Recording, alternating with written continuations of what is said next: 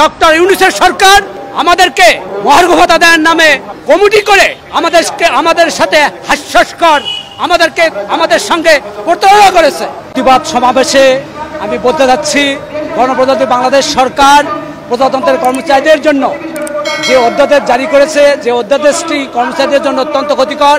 কর্মচারীরা দেশের কর্মচারীর পাশাপাশি দেশের নাগরিক, আমাদের নাগরিক অধিকার হরণ করার জন্য এই অধ্যাদেশ জারি করেছে।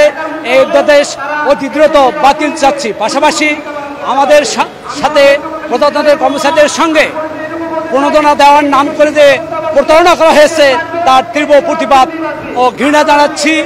সরকারি কর্মচারীদের জন্য করা নতুন আইন বাতিল করতে হবে। একই সাথে পে কমিশন গঠন করে চলতি বাজেটেই 50% মহার্ঘ ভাতা দেওয়ার দাবি তোলেন তারা। বিশেষ ভাতার নামে সরকারি কর্মচারীদের সাথে রসিকতা হচ্ছে। 238 টাকা এই খয়রাতি কে চেয়েছে সরকারের কাছে?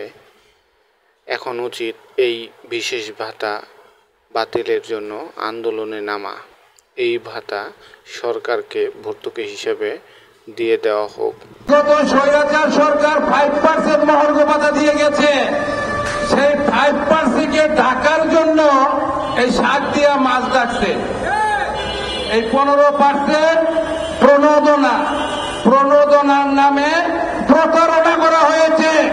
বাংলাদেশের সকল কর্মকর্তা কর্মচারী ঐক্যবদ্ধভাবে এক কালো আইন বাতিল যতক্ষণ পর্যন্ত না হবে ততক্ষণ পর্যন্ত আন্দোলন সংগ্রাম করে যাবে।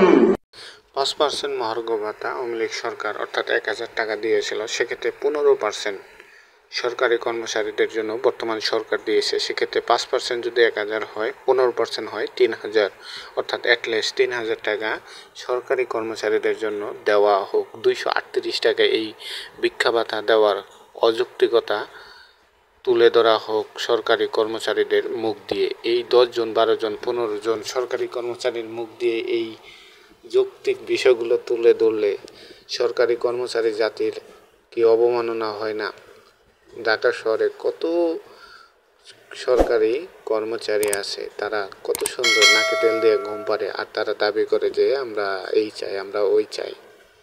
কেউ কাউকে বাড়িতে দিয়ে আসবে না কোনো কিছু। যার যার অধিকার তাকেই আদায় করে নিতে হবে। এক অভিন্ন নিয়োগ বিধি তথা নবম পে স্কেল প্রদানের জন্য পে কমিশন গঠন, 50% মহার্ঘ ভাতা এবং অনতিবিলম্বে কর্মচারীদের সাথে যে প্রতারণামূলক অধ্যাদেশ জারি করা হয়েছে, কালো আইন নামে খ্যাত এই আইনকে দ্রুত প্রত্যাহার করে কর্মচারী অঙ্গনে শান্তি শৃঙ্খলা ফিরিয়ে আনার জন্য সবিনয়ে অনুরোধ জানাচ্ছি।